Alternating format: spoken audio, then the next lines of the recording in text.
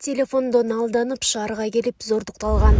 Аксылык 14 жаштагы кыз Жалал Абад шаарындагы мейманканалардын биринде зордукталганы айтылууда. Зордуктоого шектелген жигит ал кыз менен 1 айдай телефон аркылуу сүйлөшүп жүргөн.